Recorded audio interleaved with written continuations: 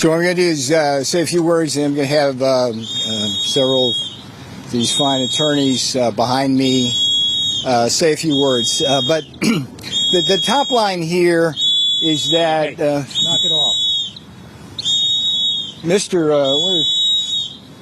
The top line here is that Mr. Woodward has already filed the appeal in this case. This is a case of first impressions that I have said from day one is destined for the Supreme Court.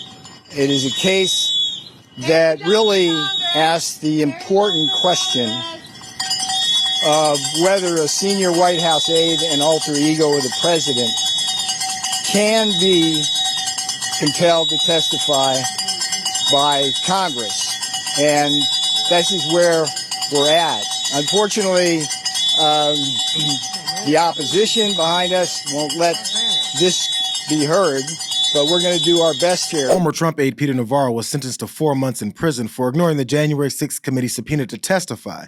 And just like before, his attempts to mirror Trump's post-courtroom losses with a quick press conference to spin it were accompanied by whistles and signs. Who knew that defying a congressional subpoena would carry any consequences? The legal bills associated with this are well in excess, when the time is finished, of $1 million. I've had 20,000 small donors help me out. Even as he walked in to hear his fate, Navarro was already utilizing Trump's other legal tactic of begging gullible supporters for some cash. So after doing countless TV appearances to push the lie that Trump didn't lose the election, all while foolishly detailing Trump World's plan to subvert it with the Green Bay sweep, he somehow seems confused now that consequences are knocking at his door.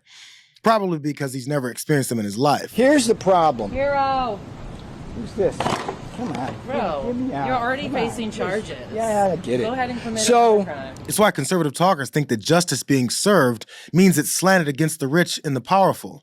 They actually want you to ignore reality and believe that. The case of Peter Navarro stands in stark contrast, as you point out, Kimberly, to Hunter Biden, because they're going along contemporaneously at the same time. So the American people can see the uneven-handedness of the justice system, of the Justice Department, selective prosecution against those who engage in wrongthink, who are America First, who support President Trump, who support the country, versus those who engage in right-think, Democrats, leftists, those connected to power and those in power.